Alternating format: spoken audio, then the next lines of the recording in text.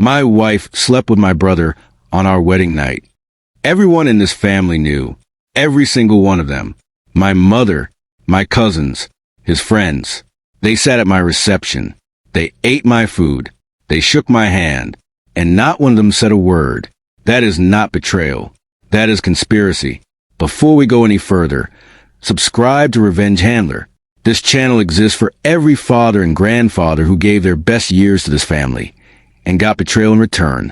If that hits close to home, you are exactly where you need to be.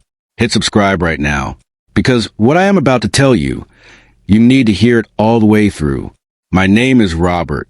I am 62 years old. I am a father. I built everything I have from nothing. This is my story.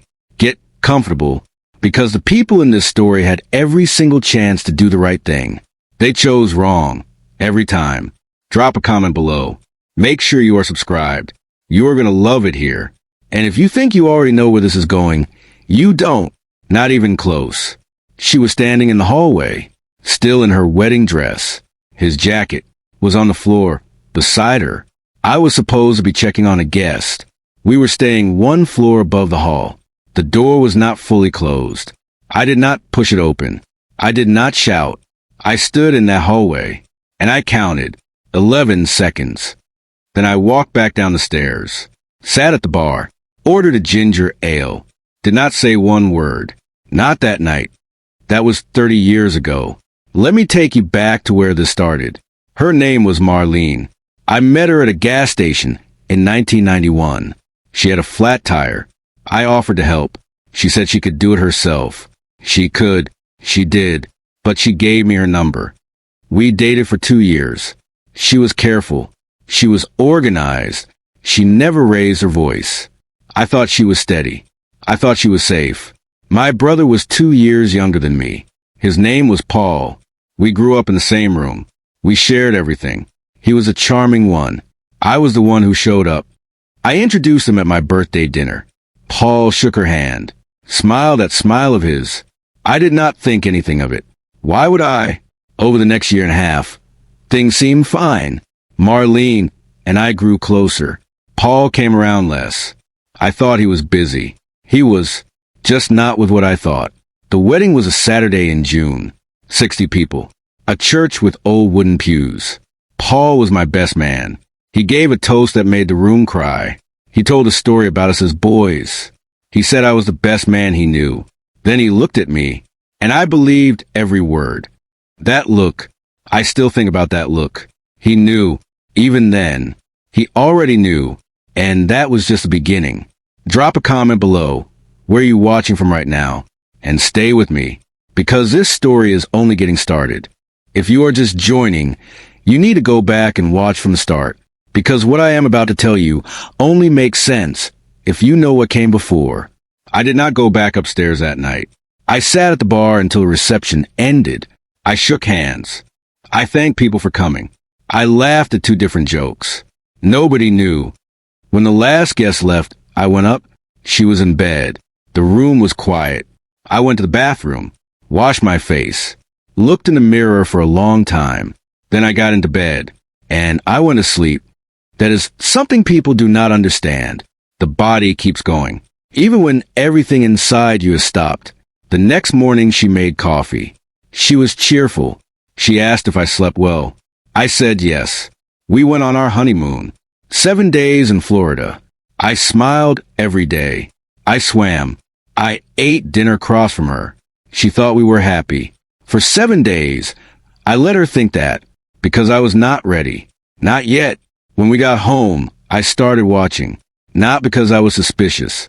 I already knew. I was building. Every call Paul made to the house, I logged. Every visit. Every time she looked too long at her phone, I said nothing. I wrote everything down. 36 days after the wedding, she got a call. She took it in the kitchen. She thought I was in the garage. I was not. I heard enough. Not just that it had happened once. That it had been happening. Before the wedding. During the engagement. For over a year. I put down what I was holding. Walked to the backyard. Sat in a chair. I did not move for a long time. If this is hitting close to home, give this video a like right now. You know exactly what I mean. Then one thought landed. Not anger. Clarity. I had a daughter. She was 4 months old. Her name was Grace. Everything that came next had to be for her. Not for me. Not for my pride. For her. That was the moment everything changed. Paul called that Sunday. Said he was coming over for dinner. I said sure. I cooked the meal myself. Set the table. Poured the drinks. He sat across from me and ate. He smiled. He told a story about work. I nodded. Inside, I was already finished with him. He just did not know it yet. Still with me? Good. Because this is where everything changes. I did not file for divorce right away. I waited 11 more months. People ask me how I did it. How I sat across from her every morning. How I let Paul come to dinners. How I watched them both. I will tell you how. I had a plan, and a plan needs time to work.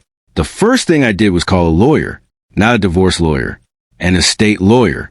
I had land, inherited from my grandfather. My name only. I put in a trust, for Grace, only Grace. Then I moved my savings, slowly, carefully, nothing that would raise a flag, just a man being organized. Then I called Paul's employer, not to report him. Not yet. I asked one question, a quiet question, about their policy on conflict of interest.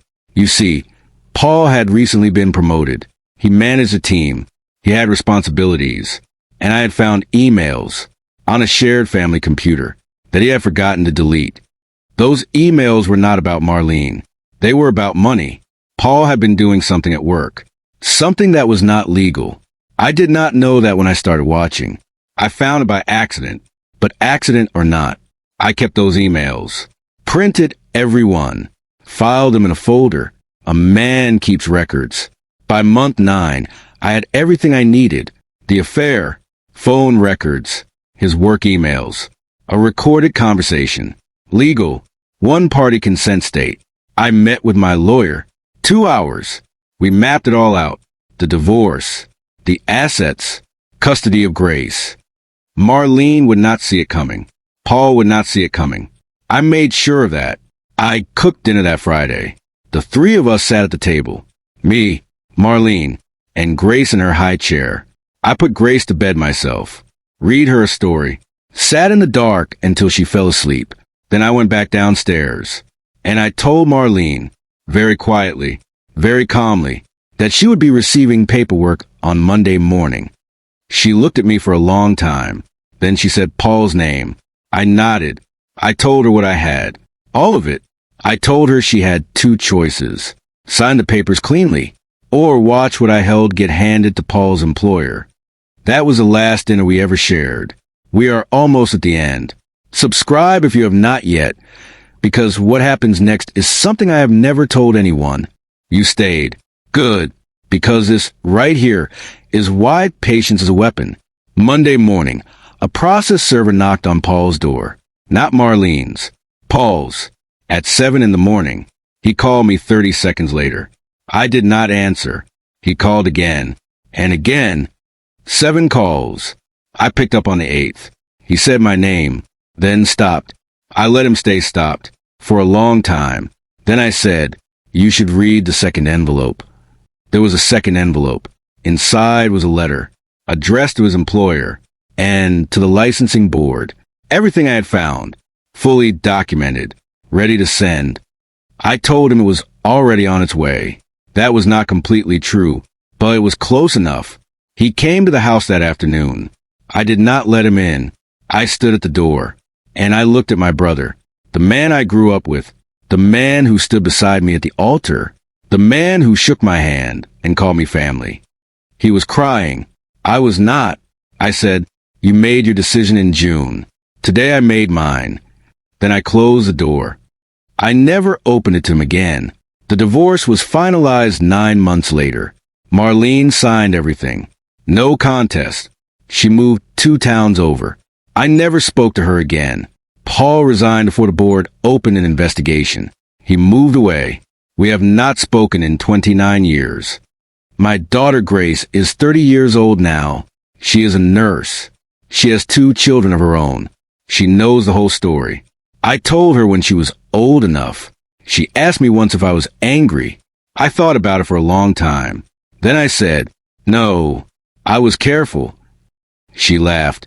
That is the sound I hold on to, not the hallway, not Paul's face at the door. Grace, laughing. That is the one that stays. I did not destroy them. I simply stopped protecting them. In the end, karma did not need my help. It just needed me to hold the door open. If this story moved you, subscribe to Revenge Handler. Share this with someone who needs to hear it. And drop a comment below, because your story matters too. I will see you in the next one.